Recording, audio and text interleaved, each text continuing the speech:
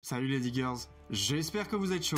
Alors, jusqu'où va aller le Bitcoin? Et surtout, est-ce qu'il est encore temps d'investir? Les grandes questions que tout le monde se pose, mais tu sais quoi? Si tu veux réussir en crypto, ce ne sont surtout pas des questions à se poser. Essayer de prédire où ira le Bitcoin, c'est comme regarder les prévisions météo maintenant pour deviner la météo le mois prochain. Tu peux avoir des indices, mais personne ne sait vraiment ce qui va se passer. Dans cette vidéo, on va voir pourquoi ces questions sont souvent inutiles, pourquoi les prévisions mènent très souvent à prendre de mauvaises décisions, et surtout, comment adopter une vraie stratégie pour comprendre le marché et investir intelligemment. Et crois-moi, une fois qu'on aura abordé ça, tu verras le Bitcoin et la crypto d'une autre manière. Prêt à te libérer des mauvaises questions pour te concentrer sur ce qui compte vraiment? Commençons par les news. Tu sais, ces gros titres comme « Le Bitcoin explose après l'annonce de l'élection de Trump ». Ça te dit quelque chose? La vérité, c'est que les news ne font pas le marché, elles le suivent. Quand t'entends un titre de ce genre, ou dans l'autre sens même, « La chute des cryptos due à une annonce économique », c'est juste une justification, une histoire qu'on veut te raconter après coup. Regarde l'élection de Trump en 2016. Beaucoup de médias disaient que son élection avait déclenché une forte hausse des cryptos, le fameux bull run, mais ce qu'ils oublient de dire, c'est que les signaux d'un bull run étaient déjà présents des mois avant. Adoption croissante, intérêt grandissant par les gros acteurs ou encore halving. L'élection a juste été un catalyseur. Et pourtant, c'est ce genre de récit qu'on te sert pour te faire croire qu'on peut expliquer, voire prédire les marchés avec des événements. Le marché, il fonctionne autrement. Souvent, les mouvements se produisent avant les nouvelles et les news servent juste à trouver une excuse à ce qui s'est passé. Alors la prochaine fois que tu vois un gros titre qui te dit pourquoi le Bitcoin monte ou chute, prends du recul. Les news, c'est comme l'écho d'un cri dans une montagne, ça arrive après et ça ne te dit rien sur la direction à prendre. Si tu veux prendre les bonnes décisions, il faut se détacher des news et se concentrer sur d'autres choses que l'on va voir ensemble. Maintenant que tu sais que les news ne sont pas une boussole, tu te dis peut-être alors à quoi ou à qui se fier? Aux experts? Aux analystes? Eh bien non plus. Tout simplement parce qu'ils sont rarement d'accord. Les experts utilisent des tonnes d'indicateurs, mais ces indicateurs peuvent te raconter tout et son contraire. Il y a qu'à voir la tonne d'avis divergents sur les différentes chaînes YouTube. Par exemple, sur le même graphique de Bitcoin, un analyste va avoir une formation technique qui annonce une montée, alors qu'un autre va dire « Attention, une grosse résistance arrive, ça va chuter ». Et les deux peuvent avoir raison. Mais pourquoi cette différence d'avis?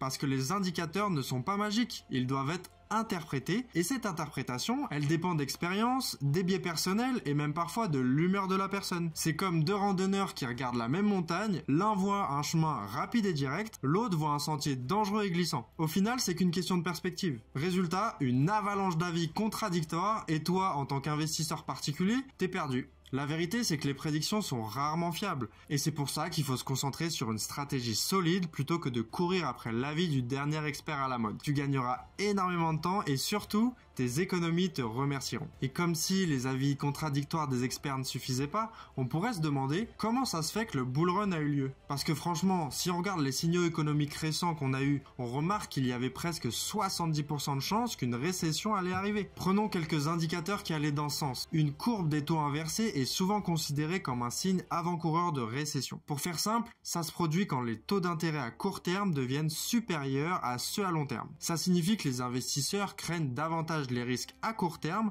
qu'à long terme et cherchent donc à se protéger en demandant des rendements plus élevés à court terme. Ça peut démontrer que l'avenir sur le court terme est incertain. On a aussi l'indicateur des faillites d'entreprises qui augmente ou encore le taux de chômage qui reste élevé dans certaines régions. Tout ça aurait dû freiner le marché, non ? Eh bien pas du tout, le marché il ne fonctionne pas comme ça. Les indicateurs macroéconomiques, aussi pertinents soient-ils, ne sont qu'une partie de l'équation. Je ne vais pas évoquer les autres indicateurs qui disaient le contraire, mais c'était juste pour vous montrer que l'on peut trouver des arguments qui n'allaient pas dans le sens du scénario du bull run. En réalité, le marché des cryptos fonctionne assez simplement. Si on regarde qui en tire les ficelles, ce sont les gros acteurs qu'on appelle les baleines. Ces investisseurs qui ont des portefeuilles si énormes qu'ils peuvent littéralement faire bouger le marché. Ce sont eux qui dictent les mouvements et comprendre leur intérêt, c'est comprendre comment fonctionne le marché. Leur objectif, il est simple, c'est de gagner un max de caillasse. Et pour ça, il faut accumuler un maximum de capitaux, souvent au détriment des petits poissons comme nous. Pour ça, ils ont une stratégie bien rodée. Ils font en sorte de créer de la peur, ils jouent sur nos émotions pour nous faire capituler et sortir du marché. Une fois que la majorité des petits investisseurs ne croient plus aux cryptos et qu'ils ont tout vendu, les baleines peuvent accumuler à bas prix, c'est clairement les soldes pour eux. Et après, ils ont plus qu'à déclencher des mouvements pour faire grimper le marché et en profiter pleinement. Ça montre une chose essentielle, les indicateurs traditionnels ne suffisent pas pour comprendre la crypto. Pour comprendre le marché, il faut regarder deux choses, la psychologie des masses et la stratégie des baleines. En tant qu'être humain, nos émotions guident nos décisions et en plus, on n'aime pas perdre. Quand on voit le marché baisser, on panique. On se dit, et si ça tombe encore plus bas, je ferais mieux de vendre avant qu'il soit trop tard. Et quand tout le monde pense comme ça, le marché chute encore plus vite. Et c'est là que les baleines entrent en jeu. Ces gros investisseurs savent que les émotions contrôlent les petits poissons comme nous. Alors, ils s'appuient sur nos peurs pour nous pousser à vendre. C'est ça la capitulation. Faut pas oublier que le dernier marché baissier a duré plus de 2 ans. Il a fallu plus de 2 ans pour que le Bitcoin retrouve son prix le plus haut atteint. Petit à petit, les petits poissons sans réelle conviction des cryptos ont lâché l'affaire. Ils ont vendu à perte pour se retirer du marché. Et devine qui est là pour acheter à bas prix? Les baleines. Résultat, ce sont toujours les mêmes dynamiques qui reviennent. La peur des petits gardons et les stratégies calculées des baleines. Comprendre ça, c'est déjà un énorme avantage sur la majorité des gens. Si tu sais ça, tu n'as pas encore le portefeuille d'une baleine, mais tu peux te positionner de leur côté. Le bon côté, celui qui te permet d'être du côté de ceux qui font du profit. Contrairement aux baleines, tu ne pourras pas faire bouger le marché. En tout cas,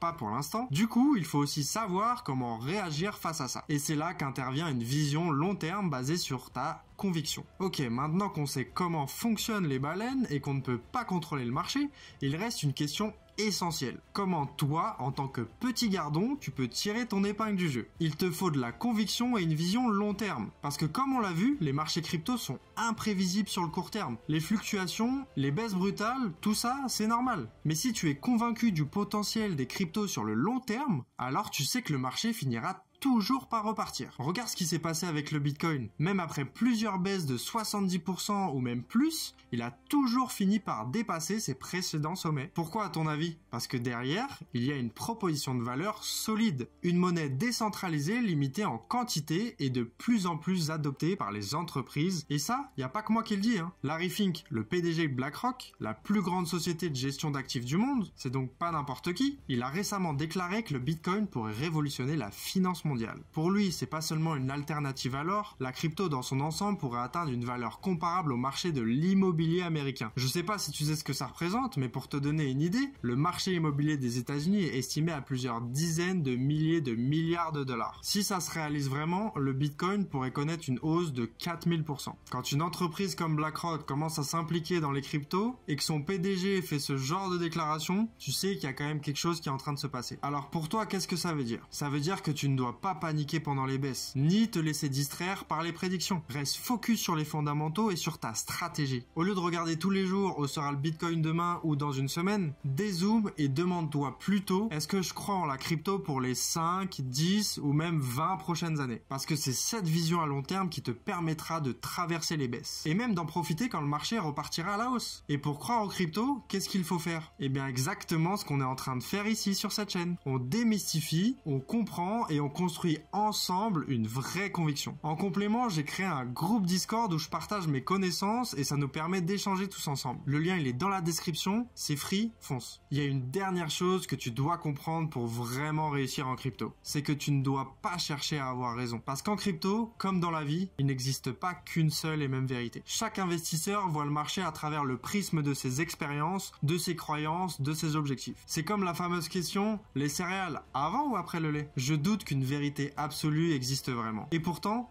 chacun défend son camp avec passion, alors qu'au final, l'important, c'est que tu manges tes céréales comme ça te convient. En crypto, c'est pareil. Arrête de perdre du temps à essayer de trouver la vérité ou de prouver que ton analyse est la meilleure. Concentre-toi sur ce qui fonctionne pour toi. Une stratégie adaptée à tes moyens, tes objectifs et surtout, il te faut de la conviction. Alors trace ton propre chemin, développe une stratégie qui te correspond et surtout reste fidèle à ta vision long terme. Et voilà mes petits poissons d'eau douce, on a vu pourquoi il était inutile de se demander où va le Bitcoin et si c'était le moment parfait pour investir. Donc ce qu'il faut c'est comprendre comment le marché fonctionne, ne pas se laisser manipuler par les news ou les prédictions et surtout développer une stratégie basée sur ta propre conviction de la crypto. Et tu sais quoi? La clé pour arriver, c'est de continuer à apprendre comme on le fait ici ensemble. Chaque fois qu'on démystifie un aspect des cryptos, on renforce notre vision, on construit nos connaissances et on devient de meilleurs investisseurs. Alors si cette vidéo t'a aidé à voir les choses différemment, fais-le savoir. Laisse un petit like, abonne-toi et partage à un ami. Et souviens-toi, reste constant, reste patient, à la prochaine et prends soin de toi.